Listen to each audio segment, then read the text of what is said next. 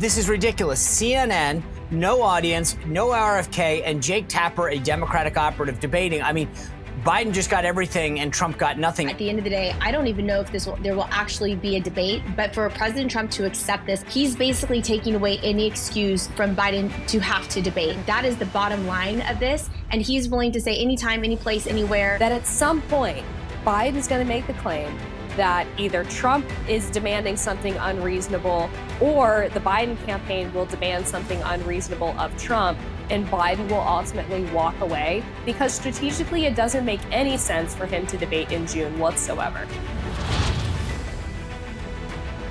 All right, folks, we are on a glide path to the weekend. It is Friday Eve. This is the Sean Spicer Show. A lot to break down. Donald Trump's in court, but Hunter Biden didn't want to be in court. Looks like he's headed that way. And Senator Bob Menendez of New Jersey, remember him? Gold Bar Bob. He's in court. He's thrown his wife under the bus. We're going to talk about that, plus the latest on the debates. And Harrison Butker is the kicker for the Chiefs. I'm no fan of the Chiefs, but you're not going to believe this. The NFL is blasting him for standing up for women and the role that the unique and beautiful role that they play. You're not going to want to miss the take the panel has on this. So much to get into. Before we do that, though, I want to talk to you about Delta Rescue. Now, we talk a lot about dogs and cats and horses, and lately there's been some abuse of a certain dog, if you know what I'm talking about. But there's always a solution, and Delta Rescue is that solution. It's a no-kill sanctuary for life. And if you go to deltarescue.org, you can see the videos of what I'm talking about. And they take care of the veterinarian care, the nutritional care, all that. That's because Leo Grillo founded this as a no-kill sanctuary for life where these guys, these horses, these cats, dogs, whatever, could get the care that they need. It relies entirely on our support. Our individual contributions make this mission happen. So please consider not only checking out the videos and the work that they do, but go to deltarescue.org and make a contribution. While you're there, think about whether or not you can make this part of your estate. Click on that estate planning kit and make sure that that mission that Leo has right now can be an enduring one. So please consider going to deltarescue.org and not only making a contribution, but making it part of your estate as well. deltarescue.org. All right. It's time to bring in the panel. Amber Athey Duke. She is a host of The Hill Rising and an editor over at The Spectator. Ashley Hayek is with the America First Policy Institute doing some great work there. Let's bring them in and break it all down. All right, gang, good to see you. Let's start. A lot to break down today, but I want to start with court. And it was funny because I was going to, I'll start with this anyway. What do you think about the approach, Amber, that the defense, that Donald Trump's team is taking towards Michael Cohen? Is it effective? I think so. The Wall Street Journal had, I think, a really good summarizing headline of the defense's strategy in the paper a couple of days ago, where they said they're trying to paint him as someone who was obsessed with revenge against the former president. And the whole purpose, obviously, is to show that Cohen's not a reliable narrator, that he's someone who is absolutely interested in just trying to take down his former boss for personal reasons. And, there's a lot of evidence to support that, right? He not only has pleaded guilty to lying in that tax evasion case, lying to Congress, but then on the stand in the civil trial against Trump said, no, even though I pleaded guilty, I did not actually evade, paying my taxes, which obviously you cannot do. It's kind of shocking he was allowed to appear as a witness in the first place, given his credibility issues. Then he has this long history throughout this particular case of posting images of Trump behind bars in an orange jumpsuit. I mean, it's important, I think, for the jury to understand that the supposed best fact-based witness that the prosecution has is someone who is clearly both diabolical, but also just he's kind of pathetic in the way that he's tried to destroy Trump. Actually, Todd Blanche, the president's attorney, came out today with a defense that I was waiting for, which was, did you lie then? Did you lie then? And he just goes through all these instances. And I was like, okay, good. But we're still, and we'll see it today, I think, but we've got a scumbag, Michael Cohen. This is it for the prosecution. And I still am wondering, and we'll get to this in a second, we have the underlying crime is business records. That's what we hear. It's not if Donald Trump's a good guy, if he had an affair, if he paid. All that's irrelevant. The charge here is falsifying business records. And I feel like we've talked about everything but that. Right. And they wouldn't allow the FEC expert to come in and talk about the ramifications of campaign finance law, which is technically what they're pointing to, which is irrelevant to the state of New York in this case, which is why they don't want to talk about it, is because it actually makes absolutely no sense.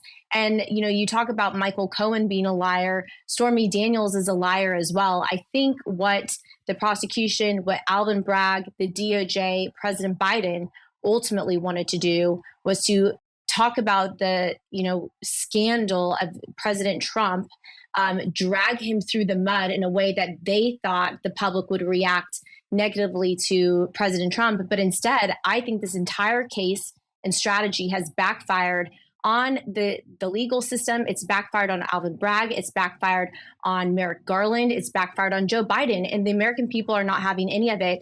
There was an article in the New York Post that talked about how President Trump, when he comes out of the court cases, out of trial every day, he's earned about $2 billion worth of earned media. And guess what? He gets to talk about illegal immigration, and he gets to talk about how bad Joe Biden is. So what a joke that the left, and what a bad place they have put themselves in. Good for President Trump. Yeah. All right. 3 non-lawyers are going to discuss this real quick, but there's a question about whether or not they should put on a defense or a limited defense. Amber, if you had to advise them, does the defense just stop right now and say, hey, the prosecution hasn't proven its case, we're good, and we send it to the jury, or do they pick a witness or two and call them? I guess it depends on who the witnesses would be, but I would advise against Trump testifying, if only for the reason that, because he said that he would testify. But after Stormy Daniels' testimony, I don't think he can do that, because no. For one, the defense did not object enough. Every time they objected to some of these sort of tawdry sexual liaison details that she brought up, the judge did sustain those objections. So they should have objected more. But she was able to introduce all of this really nasty scuttlebutt, suggesting that their sexual encounter, alleged sexual encounter, I should say, was consensual or not, talking about how she blacked out during the process. All of this obviously intended to smear the character of the defendant. If Trump goes on the stand, then he has to start talking about answering questions about her testimony and those details that she introduced that are disgusting. They're smear merchanting. I don't think there's any good reason for him to throw himself into that situation. Yeah, I hope we all agree that would be, just the idea that the prosecution would get a crack at him when they haven't proven their case, in my opinion.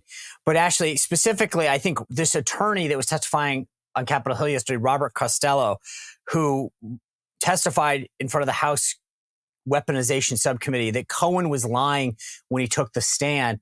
If I were the Trump defense, I would bring this guy, Robert Costello, who represented Cohen, and saying, here's him, here's what he told the court, here's what he told me as his attorney. That's the type of person that you would want to testify on your behalf. I think, the point, Amber, you made on the defense not objecting enough, my perception on this is they're trying to walk a fine line. If they over object, then they're going to look like he's guilty of something. Whereas, if they are modest about it, it kind of just shows how crazy Stormy Daniels is as well. But it's a tough position for this legal team to be in. To bring somebody, to have Hope Hicks testify, I thought was very smart. She's a very classy person. To be able to have, somebody with a business background to testify, I think it shows the difference between the professionalism and the circus of what the prosecution is bringing to the table. But at this point, just public perception alone, hopefully, fundraising for the Trump campaign is continuing to rise because of this, because of the circus and just complete blasphemy of the prosecution. Yeah, I think, look, if I were them, I'd call Cohen's attorney who says, I represented the guy. Here's what he told me as his lawyer, and here's why it contradicts that, and then rest the case. Your entire case as a prosecution is a bunch of people who are convicted of or have lied, right? Which is the fact that this you brought up. Stormy Daniels signed a document saying it didn't happen. I mean, but the bottom line is, again, this is a business case about documents, and we've not even talked about that. I think the prosecution, and Mark Halpern brought this up the other day. It's actually, I think he was being a little tongue in cheek at the time, but there are two lawyers on the jury, and I think that's important to note. That, like, these guys have an obligation at some point to say the law says this. It's not about what we like or dislike. So right. I think that's important. The one thing that I thought was really interesting yesterday, or actually before I get to that, because I do want to get one other angle in here. Let me just ask you guys your prediction. Knowing what you know now, what the prosecution has made, the makeup of the jury, do you think they still convict or not? And so, Ashley, I'll start with you. Do you think that, I get it, 95% Manhattan jury? What do you, I mean, does it matter, or is the case so weak against him? Well, the case is super weak against President Trump. The prosecution is putting the fate into the hands of a porn star and a convicted liar, which is frightening. But unfortunately, I think because the political nature of that area, that he will probably be convicted and it will probably have to be appealed. That's just my gut reaction based upon everything we know. I think that's why the president has, talked about the makeup of the jury, which is fair. But I would hope they just need one member, my understanding. And if one of those lawyers would come through and recognize the fact that this is complete craziness, I think there is a shot. Amber? Yeah, I mean, the fact that it only takes one is what leads me to lean more towards the acquittal, because when we first learned about who these jurors were, we saw some of their media consumption habits. Yeah. We saw their ages and genders, and based on 3 to 4 of them and what kind of media they consume, you can kind of extrapolate from that and get an idea of what their voting patterns might be. Those individuals, I highly doubt would ever vote to convict with such a shaky case. And by the way, I mean, we're talking about the falsification of business records, but also because the DA decided to elevate this to a felony, they not only have to prove that he knowingly falsified the business records, but also that he did so in service of covering up another crime. Which, by the way, they haven't named. Yeah, I mean, right. They gave 3 options. Pick one right. and prove it. This is what I find. I cannot believe I have really lost a lot of faith in the judicial system based on how this case is played out. Just like, I'm like, how do you charge somebody without giving them the charge that they're fighting against? I mean, this thing has really undermined my faith in the judicial system. There's always this sense of like good will always defeat bad. And yet here I am going, wow, I guess if they want to get you, they'll still get you. Here's where after a case, they usually, like, I think the jury, we will find out who the jury was. I think that we keep saying one, and we're right, technically. It's going to take one person to stand up. I feel like it's going to actually take 2, and I'll tell you why. I feel the peer pressure is going to be such in that jury room that if there's one good person that says, guys, I'm just, the law doesn't substantiate this, they're going to get worn down. And they're going to get worn down, and they're going to get told you will be a pariah in the community. Everybody will know your name. But if there's strength in numbers, if 2 people in the jury say we get, then that at least someone can look across the jury room and say, okay, you're with me. I won't be the only one that does this. If it comes down to a single juror, I feel like that person's going to ultimately cave because it's New York. They're going to feel like their family and their job, and everybody's going to go after them. You know, the media will. And the other 11 will go out there and point a finger and say, it was Rob. He was the guy that held out. And that Rob or Sally or Susie will know that for the rest of their life, they're going to be tagged with letting Donald Trump off. That's what I fear. If there's at least 2, then they'll feel like, okay, I'm going to hang with you and we're good. And it like justifies it a bit more. That's my fear. But you're kind of making my point of why I think he won't be acquitted is because, there's secrecy among who the jurors are. As soon as 1 or 2 or 3 people acquit him, those names will be leaked. Right. And we will know who exactly, and no one wants to be in that position. And that's why this is so corrupt. And I agree. No. So I think you and I are actually in total agreement here. And that's why I'm saying it has to be enough people in that jury room that the person who is standing on principle has to feel like, okay, this may suck, but I'm not going to be alone. There'll be a couple others that will say that I was right. We were together on this. It can't come down. I mean, maybe it's 3 or 4, but it's got to be more than one that actually say, this is not, I don't like Trump, but I don't think it's there. I want to pivot for a second because there was something that happened yesterday that I can't get my head around whether or not it was a good thing or a bad thing. But Mitt Romney, no friend of the president, does this interview with MSNBC's Stephanie Ruhle. And he says, you may disagree with this, but had I been President Biden, like he identified at him or something, I don't know. When the Justice Department brought out the indictments, I would have immediately pardoned him. I'd have pardoned President Trump. And the justification is, he said, well, it makes me look big and small. I will tell you this. I think if Biden won the election, he would pardon Trump, maybe for the good of the country, in the same way that Ford pardoned Nixon to claim it was all about healing. I disagree with Romney, though. I don't think that Biden was going to politically pardon Trump before the election. That to me, I guess Romney was trying to look like the bigger man here, Ashley. But I was like, no, I don't know what he was trying to do there. Maybe get some goodwill with the Biden folks, or it was just an odd statement for me to hear. It's an odd statement from an odd man who's actually not a conservative, who I'm glad will no longer be serving in Congress, period. I mean, it makes absolutely no sense considering he went toe-to-toe with President Trump multiple times. He was part of the criticism of all of the January 6th stuff. I don't think that he would pardon President Trump. I think that he's, maybe he's just trying to audition for his CNN commentary spot. I'm not sure why he said it. I don't believe him when he says anything like that. And I absolutely do not believe that Joe Biden would ever pardon Donald Trump. Amber, I mean, is there anything to make of this? Because I was like, at first I was like, wow, Romney's coming to Trump's defense. And then I was like, no, actually he's not. And it felt like a Kamala Harris word salad. Yeah. Maybe it was some kind of reverse psychology of trying to get Biden to pardon. I have no idea. But the idea that Biden would do that is obviously ridiculous. It's his DOJ that's going after Trump. Right. Under any other president, you wouldn't even see these court cases. So why would Biden then turn around and offer the pardon? I don't think he's playing 4D chess on that level. That's exactly. And also he's not in that's why I thought this whole thing was weird. It's like they went after him in the first place. And actually the funny part is in the Alvin Bragg case, they didn't go after him, which we just talked about. They actually said there's no campaign finance violation here. Right. It's Alvin Bragg. They sent the DA, they sent the guy who's working at DOJ to be the assistant DA. But again, I don't know that they're that smart. And anyway, but Trump's not the only one facing court issues. Hunter Biden tried to delay his gun charge. But this is, to me, again, talk about weird.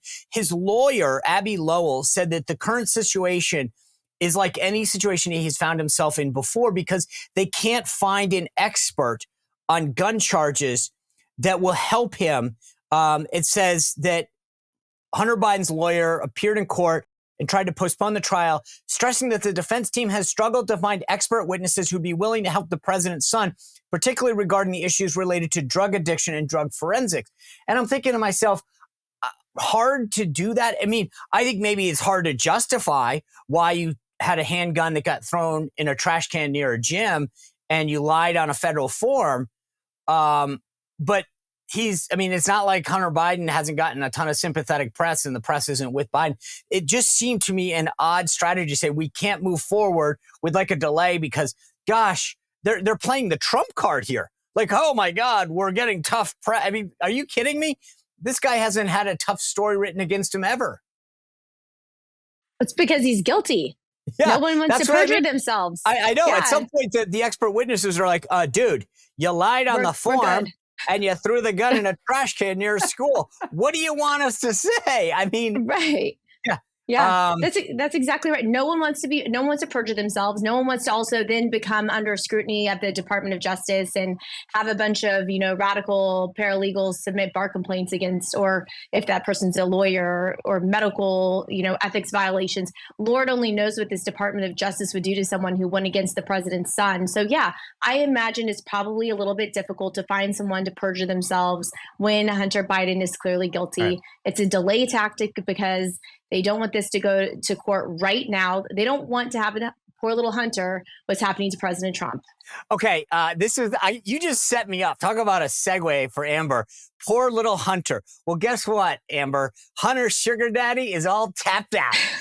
This is unbelievable. It's there's this guy named Kevin Morris, who's a Hollywood entertainment lawyer who's long supported Hunter's basically finance, which again, I don't understand this, which meaning Hunter Biden sells a piece of art for like $500,000, which is like a doodle.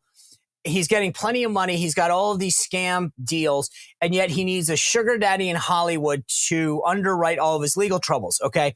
Well, apparently this is from the story that's in, I think, Politico. It says the reason this is Kevin Morris, the Hollywood entertainment lawyer, got involved financially in the first place was that he could see that nobody was going to help Hunter. I mean, poor Hunter. How do you get by with only $500,000 for a doodle? I don't know this. It says now, 4.5 years later, there's still no help. And now Kevin is completely tapped out. So just when Hunter is facing 2 criminal trials starting in a few weeks, he has no resources. It's pretty dire. I mean, I can't believe this. You've got Trump getting 4 or 5 cases dragged all over the country, witnesses, attorneys, fees, and everybody's whining that no one's coming to Hunter Biden's defense. A guy who grifted all over the world. He got Chinese companies, Burmisma, all this, and now we're supposed to feel bad for this guy, Amber? Yeah, poor, tragic, sad little Hunter. He's had such a hard life. We should set up a GoFundMe. Will you contribute? Yeah, we should. Or give Send Go, whatever the trendy thing is these days. I don't know. But I mean, to your point, right? Trump has had $400 million plus in bond that he's had to post. He's had daily $1,000+ violations of the gag order where he has to pay fines on that, lawyer fees, and even just the time that he's spending in court, all of that. To compare that to Hunter's gun charge is like a mountain and a molehill, right? But there's a great comparison to make here for why Hunter needs a sugar daddy. Hunter Biden is like an NFL all-star that has, a $30 million contract for 5 years, and he leaves the NFL, and within 3 years, he's broke because they don't know how to manage their money. Well, Hunter was able to get all of this money from CFEC and Burisma and selling his paintings, but then he turned around and spent it all on hookers and blow. So, I mean, it's basically like he's a professional athlete who didn't have a financial advisor, and all of that money that he apparently worked so hard to get for the Biden family, it's gone. Yeah, by the way, remember, not only that, he blew through like his kids' college fund. So I'm not feeling too bad for this guy. Hunter Biden, we've been talking about him, right? He's an amazing painter. I'm not. But if you ever want to give a painting and you can't afford one of Hunter's, you know what you can do? You can check out the folks at Paint Your Life. They'll create an unbelievable painting for you. And if you text Spicer to 87204, you can get started on that. It's a very quick process. You take a photo. I've shown you this before if you're a watcher of the show. You take a photo, or you can actually take several, and they will create a painting for you. It can be watercolor. It can be acrylic, charcoal, you name it. You get to pick the frame that you want. It's a very quick process. So if you just text Spicer to 87204, you get started. And I've told you this before, but you can make a compilation. So if you've got a couple pictures of different people or a pet or something like that, and you want to put it all into one painting, the artist can do that for you as well. You get to pick the artist. The work is guaranteed. They send you updates as it goes. So you get to check in on it, make sure that it's to your approval, because again, it's guaranteed. And if you text Spicer to 87204, guess what? Free shipping and 20% off. Now, look, you got Father's Day, birthdays, 4th of July, Juneteenth, Labor Day. I don't care, but this is going to be the most unique and meaningful gift that you can give somebody. Go to Paint Your Life by texting Spicer to 87204, 20% off, free shipping. I just did all the work for you on that next gift. This would also be a great wedding gift, by the way, because it's so cool and unique. Paint Your Life, Spicer to 87204. All right, back to the conversation. There's also another Democrat that we're not hearing a lot in the mainstream media about, who's spending a little time in court these days. Senator Robert Menendez from New Jersey. He's the guy that had a bunch of gold bricks and cash stuffed in a vest that said Bob Menendez, U.S. Senator on it. I mean, That happens. Well, here's the interesting thing about this. The first day of trial was yesterday. And actually, it says that an attorney for Menendez detailed how the senator had no involvement in a wide-ranging bribery scheme, but laid blame on his wife. Apparently, it's all her fault. Dude, talk about a scumbag. You get caught for bribery, you stuff gold bars all over the place, and then what's your first defense? She did it. She did it. I mean, I have never, this is unbelievable how quick that dude threw his wife under the bus. So quickly. And what's shocking to me is that all of these people typically stay in office. They're not voted out by their party. You look at him, you look at what's his face in California with his Chinese spy girlfriend, Swalwell. Like nothing happens to them. They're completely immune. Henry Cuellar, congressman from Texas, Democrat. Exactly. That's exactly right. And nothing happens to them. And this guy's wife, she probably was in on it. She probably enjoyed all of the luxuries of it all. I think it's again, that you have the Hunter or the Biden crime family. I'm sure there's a Menendez crime family. I'm sure they're all in on it all together. I just kind of like that he went on record for it. Whatever, have at it. Amber, the thing that's so funny is Bob Menendez, who was born in New York, is claiming that his family's history of persecution from Cuba has forced him to stash all this cash and gold bars because it's part of their family history of doing that. Yeah, isn't that the same excuse that Fonnie Willis's dad made on the stand when talking about the cash that she supposedly had in her rafters to pay back Nathan Wade for their vacations? It seems like they're taking a page out of their playbook, but my guess is that the wife is in on the blame game because Really? I think that she's just as craven as Menendez is. They were both obviously named in the indictment. I think that she is willing to maybe take the rap for this so that Menendez can stay in the Senate and continue to have the political power so that they can keep running these schemes, because we have to remember that this is not the first time that Menendez has been on trial on corruption charges. He was previously let off with a mistrial that was not brought again for a second trial back in 2017. And the details in this indictment start in 2018. So apparently he managed to get off on his first trial and thought, all right, we're back at it, guys. It's so funny because when you're a kid sometimes and something happens and you go, okay, I've learned my lesson. I'll never get that happen. This, to your point, Amber, he gets off on a mistrial. And instead of saying, all right, I got to stay on the straight and narrow, never again, he's like, no. The lesson I learned is gold bricks. It's got to be in gold bricks. Yeah. That's it. You got to take. I got away with it. Yeah, I can't have a trail anymore. I just got to do straight up gold. That was the lesson I took. Oh, and by the way, the gold bars were found in a safe with a jacket from the Senate that had his name monogrammed on it. But sure, it was all his life. Yeah, I mean, I do get a kick out of the fact. Although I will say this, I because the mainstream media won't cover this, I can't say I'm as in tune with it, but I do wonder, because of my law and order obsession, if there's a cat and mouse game here, that in fact he's blaming the wife's going to blame him, only so that there's enough confusion as to who might be, and then they get let off. It's not that, maybe in my mind, I'm like, is that really the strategy? It's not that, maybe he's not really blaming her as much as trying to sow confusion among the jury that they don't know who's the person, so they have to let them both off. I don't know. I saw that and I'm like, either you're the biggest scumbag or this is a law and order defense that I get obsessed with. I want to move on though to the debates. Just give me your thoughts. There is this, I've watched people on the right go back and forth. Some people are like, hey, Donald Trump can debate anybody, anywhere, anytime, as he has said, so who cares? And then I get people on the right, my colleague from the first, Jesse Kelly, went off yesterday, saying this is ridiculous. CNN, no audience, no RFK, and Jake Tapper, a Democratic operative, debating. I mean, Biden just got everything and Trump got nothing, Amber. I mean, Ashley, I feel, and I get that point too. I'm like, God, it's true. I've watched Trump, but I also feel like for the movement, not Trump. Trump can take on anybody. I get that. This is not about Trump. He will crush anybody, okay? But did we just legitimize CNN and Jake Tapper? And, they like to call it humanizing them. I feel like we did that. And that was what upsets me, is that we're giving CNN a win. So, look, I am not a fan of Jake Tapper, nor am I a fan of CNN. However, I do believe that there are a number of people who do watch CNN that we would like to have them vote with the America First movement. And if we have the mentality that we only talk to our people all the time, we're never going to move the needle. If we can show that stark contrast with President Trump and Joe Biden, I think that is actually a big win for us. And I think you will sweep the floor. I do think it's actually more telling that RFK Jr. is not going to participate.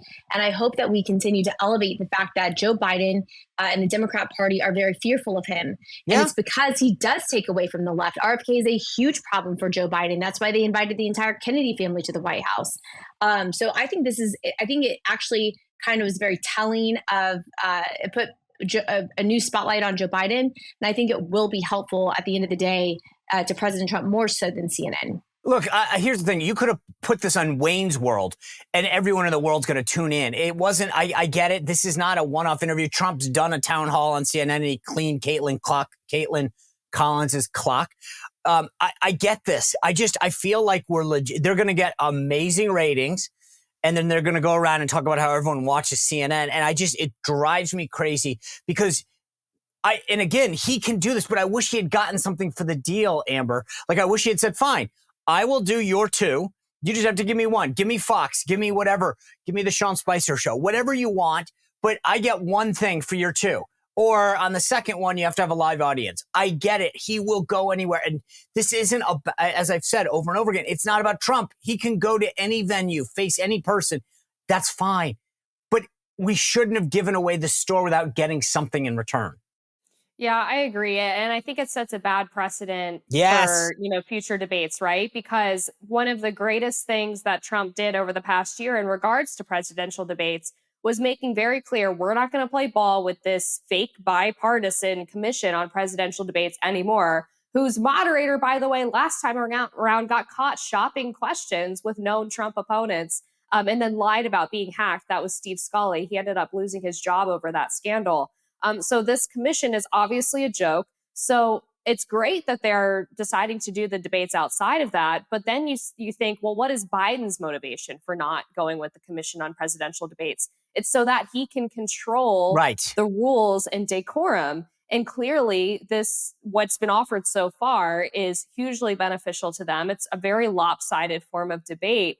And I'm still not convinced, by the way, that they're even going to make it on the stage, because we saw that when Trump accepted the Fox News debate earlier this week, the Biden campaign's response is that by doing that, Trump is, quote unquote, playing games. So I think they're actually setting up a situation, because it's a one-on-one negotiation between Trump and Biden campaign, that at some point, Biden's going to make the claim that either Trump is demanding something unreasonable or the Biden campaign will demand something unreasonable of Trump. And Biden will ultimately walk away, because strategically it doesn't make any sense for him to debate in June whatsoever. Okay, so Sean, go ahead.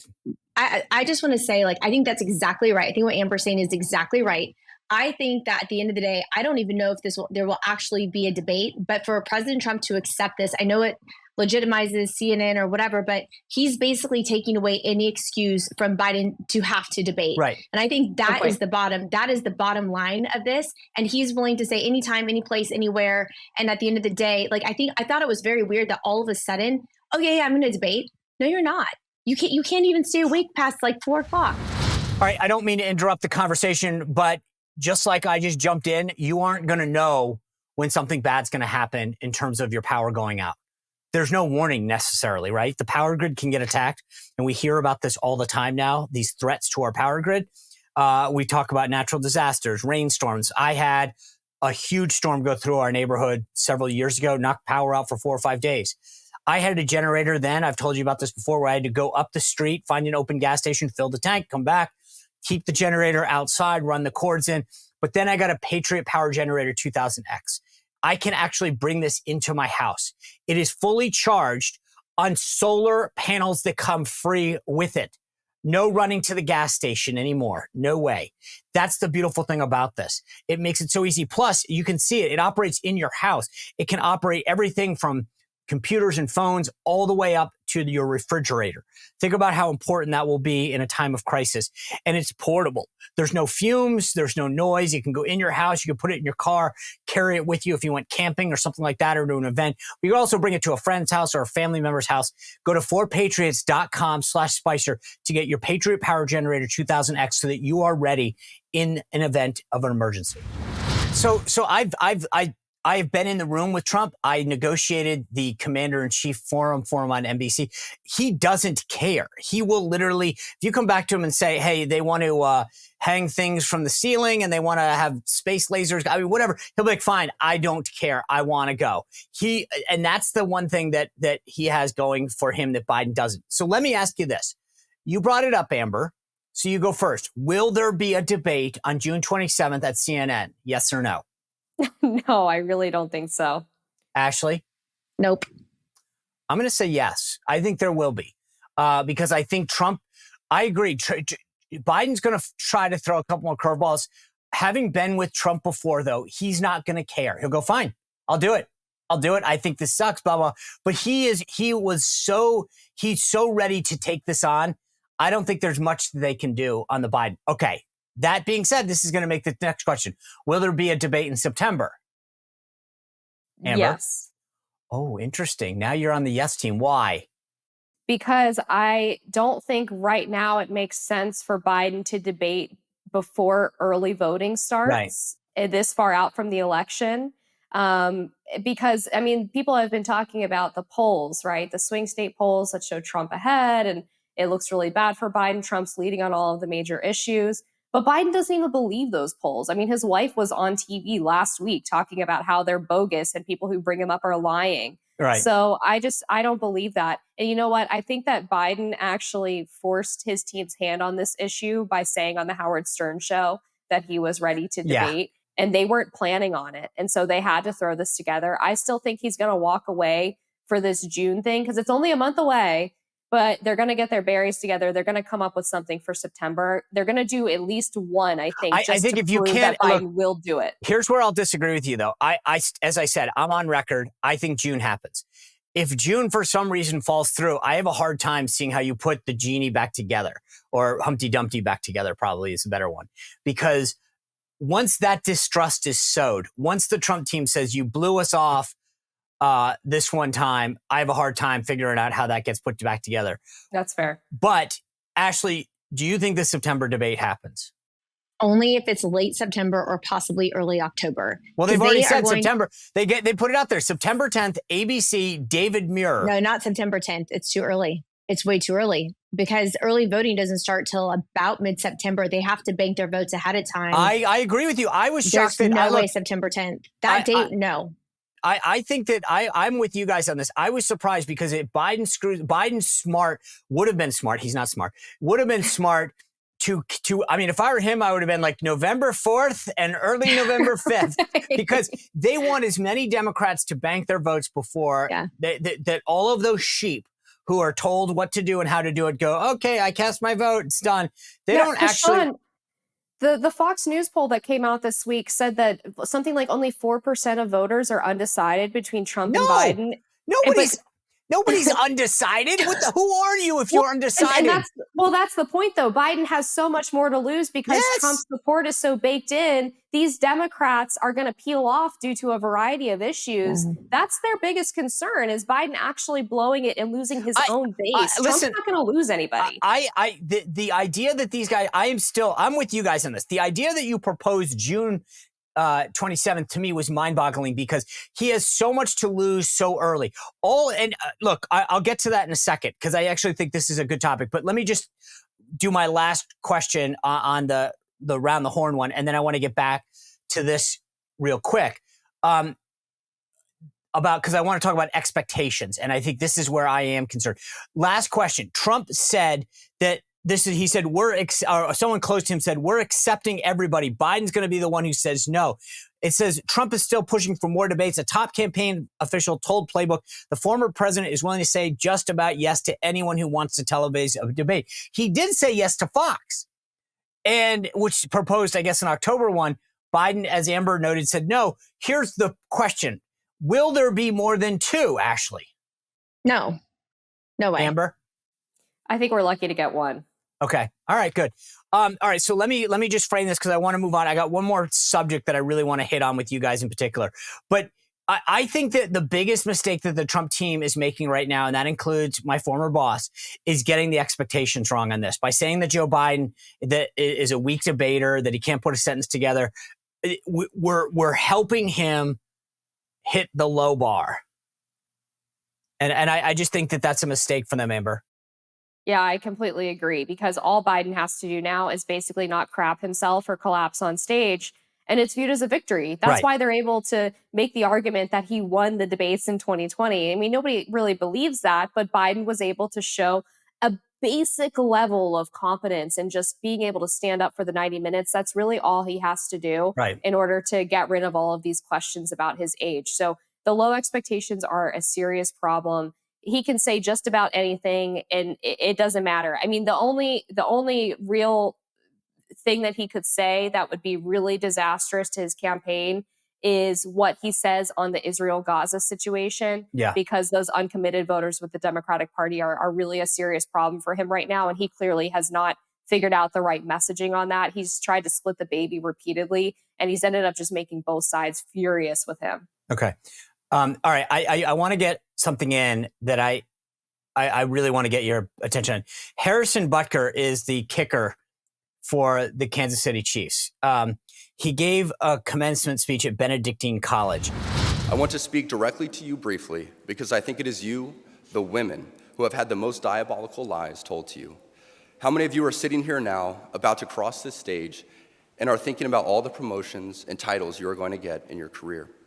Some of you may go on to lead successful careers in the world, but I would venture to guess that the majority of you are most excited about your marriage and the children you will bring into this world. I can tell you that my beautiful wife, Isabel, would be the first to say that her life truly started when she began living her vocation as a wife and as a mother. I'm on this stage today and able to be the man I am because I have a wife who leans into her vocation. I'm beyond blessed with the many talents God has given me, but it cannot be overstated that all of my success is made possible because a girl I met in band class back in middle school would convert to the faith, become my wife, and embrace one of the most important titles of all, homemaker.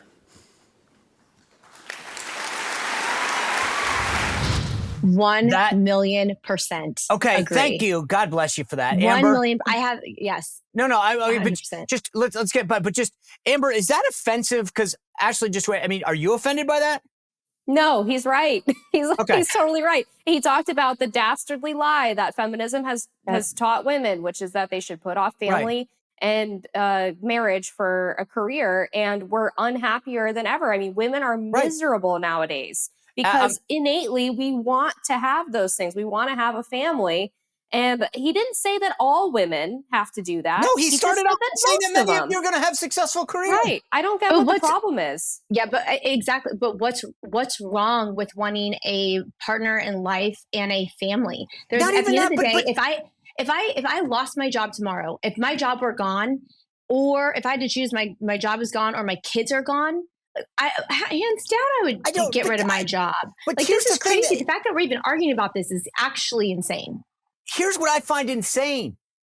Women have been given this gift from God to do something unbelievably unique, to bring life into the world and then to nurture it. And as a father, I mean, like it is a gift. It is an absolute gift to be able to do that. And the idea that he's saying, God, when you do this, your life is going to be transformed. And again, to Amber's point, not all of you, I'm not forcing you, but God, when that happens to you, you will be given this gift that is so unique and so cherished. And the NFL, what the hell? The NFL, do you know how many of these nut jobs say crappy things all the time? They tweet things, they say offensive things, they abuse women, they get caught in crimes. And the NFL Senior Vice President and Chief Diversity and Inclusion Officer, Jonathan Bean, puts out a statement saying that his views are not the views of the NFL as an organization. The NFL is committed or is steadfast in its commitment to inclusion, which only makes our league stronger. What the hell, NFL? Absolutely disgusting. What are the NFL's values? Allowing domestic abusers to continue to play in the Great league, record allowing you guys people got there. who ran illegal dog fighting rings, they get to come back and play in the league. People who have killed people in DUIs, who have dragged their women out of elevators. But we're supposed to be angry that someone spoke about the vocation of a woman and how she can cherish God through her family. It's absolutely despicable. I mean, truly despicable. And they want to pretend like they're inclusive because they put end racism in end zones, but they're going to go after a guy who actually has a moral, upstanding life and is trying to advocate that for other people. Faith and family. The NFL is a joke. Faith and family. I have 5 kids, and I will tell you, my whole worldview changed when I had my first baby. And how I think about the world is differently, and it's better because of my kids and because of my husband. And I could never even do what I do in my life if it weren't for my amazing husband. And the fact that they want to attack somebody and they want to attack, this is just part of, again, that BLM movement that the NFL has embraced so much, that attacks the nuclear family, which causes the incarceration rates and causes illiteracy among children and causes all of these systemic issues that they want to claim that they want to oppose. Amen. I was so excited you guys were on the show today because I wanted to end with this. Unfortunately, we're out of time, but thank you for ending in such a positive way. Ladies and gentlemen, thank you for being here tonight. Great conversation today. We've got a great one tomorrow with Tommy Lahren, an unbelievable tomorrow next week about dark money. Continue to subscribe, hit YouTube, Rumble, Spotify, Apple Podcasts, iHeart, wherever you get your things. We'll see you back here tomorrow. Well, if you enjoyed this content, make sure to like this video, subscribe, and click the notification bell to get more.